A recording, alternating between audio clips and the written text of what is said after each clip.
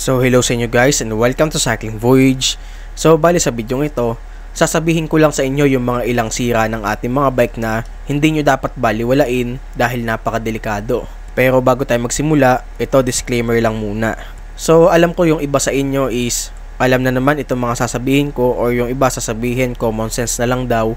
Pero guys, hindi naman kasi lahat sabay-sabay natuto And marami pa rin talaga yung mga total beginners sa pagbabike. So okay, simulan natin.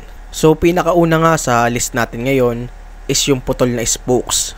Dahil ganito kasi yan madalas kasi kahit isa lang yung naputol na spokes dyan, malaki yung possibility na magdamay-damay yan. Especially kung ikaw yung siklista na batak sa pagbabike and madalas mong magamit yung bike mo. Dahil ako personally naranasan ko na dati yan way back 2019. Naputulan dati ako ng isang piraso lang ng spokes and then pinabayaan ko kasi iisa lang naman Pero eventually, unti-unti silang nangangalas kada araw, and isang araw, habang nagbabike ako, bigla na lang siyang nangalas lahat and muntik na akong magsemplang nun. Kaya napakadelikado and wag nyo dapat baliwalain yung isang naputol na spokes.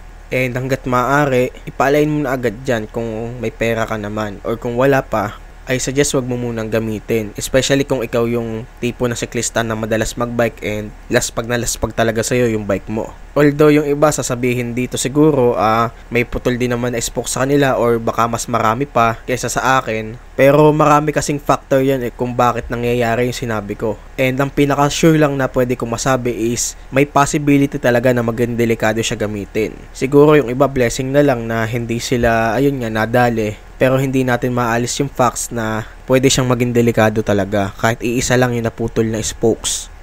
Pangalawa, yung kapag laging natatanggal yung crank arm mo. So ito, madalas itong nangyayari sa mga square taper, lalo na kapag pasira na yung kanilang square, yung pinagkakabitan ng axle pag nabibilog na siya. Pagka ganun ang nangyari, madalas kahit anong higpit mo, matatanggal at matatanggal yan. Tapos nangyayari din yan doon sa hollow tech. Usually kapag may kulang doon sa mga washers or mali yung pagkakabit. And guys, napakadelikado kasi pagka laging nangangalas yung crank arm mo. Malaki yung chance na magsala yung paa mo and baka magsemplang ka pa. Especially kung paahon ka. Imagine mo na lang ang tigas ng pinapadyak mo tapos biglang natanggal. Kawawa ang mo doon, ang hita mo doon, baka magasgasan pa. And kapag nakakaranas kayo na lagi kayo natatanggalan ng ganyan, kailangan gawan nyo na yan ng matinding solusyon So sa mga square taper, madalas ang nangyayari dyan, gaya ng sinabi ko kanina, kaya natatanggal yung crank arm madalas is dahil baka bilog na yung pinaka-square niya na kahit anong higpit mo tanggal at tanggal pa rin. So doon sa mga ganong situation ng square taper, sadly ang madalas na solusyon lang doon is palitan mo na yung yung crankset mo. Tapos sa mga hollow tech naman, isa naman sa nagiging problema dyan is yung maling pagkakabit. Kaya laging natatanggal yung kanilang mga crankset. So pangatlo naman is kapag hindi maayos yung tono ng inyong mga drivetrain. So ito basic lang naman ito Ang problema kasi kapag hindi maayos ang tono niyan, hindi mo magagamit yung full potential ng inyong mga bike.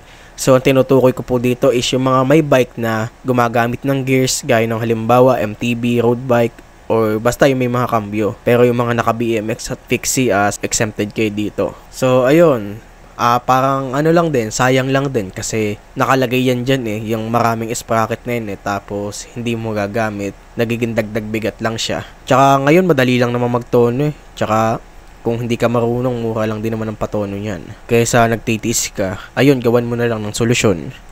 So pang-apat naman, yung mga umaalog na bearing doon sa may headset. So bali sa lahat ng mga mababanggit natin, bali ito yung pinaka-annoying talaga Kasi syempre, nagbabay ka tapos yung manibela mo umaalog-alog dahil doon sa basag na bearing doon sa may headset, 'di ba? So yun, madali lang naman ang solusyon dito di palitan mo ng bearing. Or minsan hindi bearing ang problema dito yung maling pagkakabit yung mga kulang sa spacers, tapos o kaya may mga nabaliktad na kabit. Yun yung mga ilang factor kung bakit umaalog yung headset. And for me, kailangan talaga ito ng agarang solusyon dahil napakadelikado din ito gamitin kapag malakas yung alog ng headset mo. Miski nga mahinang alog kailangan solusyonan mo na di paano pa kaya yung sobrang lalakas talaga. Dahil ilan sa mga possibility na pwedeng mangyari kapag sa'yo kapag umaalag yung headset mo is pwedeng mawala yung control mo sa bike kasi nga paalog-alog nga yung ano mo yung unahan ng bike mo So ayun, pwedeng hindi mo makontrol lang ayos yung bike mo and napakadelikado nun, especially sa mga paliko or mga palusong. Kaya yun, kung nararanasan nyo yan, ayusin nyo na agad yan, wag na kayong magtiis. So pinaka-last and sa tingin ko pinaka-kailangan ka talaga mag-ingat is kapag mahina yung preno mo or kung yun nga, kung sira na talaga. Kasi preno guys ang pinakamahalaga sa bike natin Although mahalaga naman yung iba, kaso yung preno kasi is direkta kasi yan doon sa ating safety. Kaya pag dyan pa lang mahina na, malaki yung possibility ng disgrasya. So doon naman sa mga mahihinang preno, sa mga naka-mechanical disc brakes, usually ang problema dyan is baka maluwag na yung tension ng cable o di kaya naman pudpud na yung brake pads. Das doon naman sa mga naka-hydraulic, ilan naman sa mga dyan pwedeng sira is yung brake pads din